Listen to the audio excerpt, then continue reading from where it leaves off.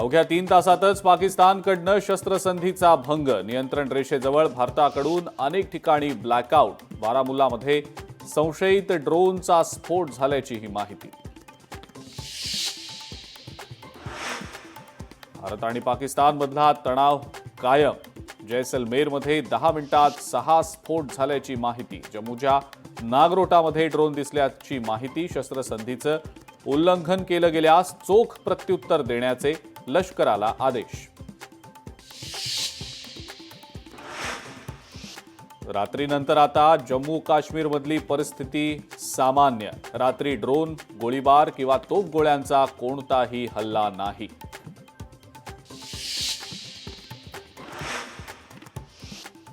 शस्त्रसंधीनंतर अमृतसरमधली आजची परिस्थिती सामान्य. आजची सकाळ शांततेत. पंजाबच्या अमृतसरमधल्या शैक्षणिक संस्था आजही बंद. पंजाबमधील परीक्षा रद्द करण्याचे आदेश. भारत पाकिस्तानमधल्या तणावाच्या पार्श्वभूमीवर निर्णय. शस्त्रसंधी झालेली असली तरी पाकिस्तानवर भारताकडून निर्बंध कायम. सिंधू पाणी करारावरील स्थगिती. व्यापारी, राजकीय आणि आर्थिक निर्बंधांमध्येही बदल नाही. उद्या फक्त शस्त्रसंधी संदर्भातच चर्चा.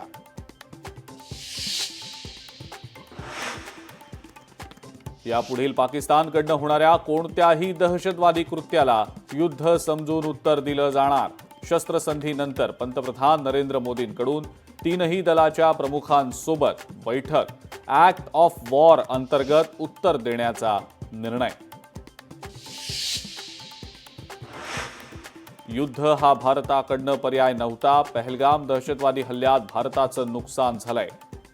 भारताचे राष्ट्रीय सुरक्षा सल्लागार अजित डोवाल यांची चीनच्या परराष्ट्र मंत्र्यांसोबत फोनवरून चर्चा.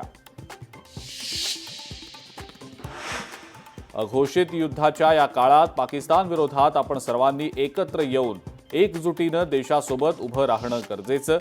छगन भुजबळांची सोशल मीडियावर पोस्ट.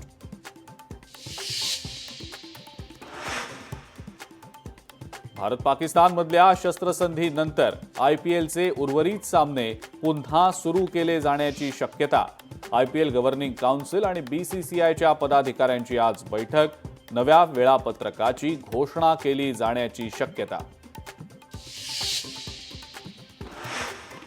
आणि राजकोट किल्ल्यावर छत्रपती शिवाजी महाराजांचा पूर्णाकृती दिमाखदार पुतळा. मुख्यमंत्री देवेंद्र फडणवीस आणि दोन्ही उपमुख्यमंत्र्यांच्या हस्ते पुतळ्याचं अनावरण होणार.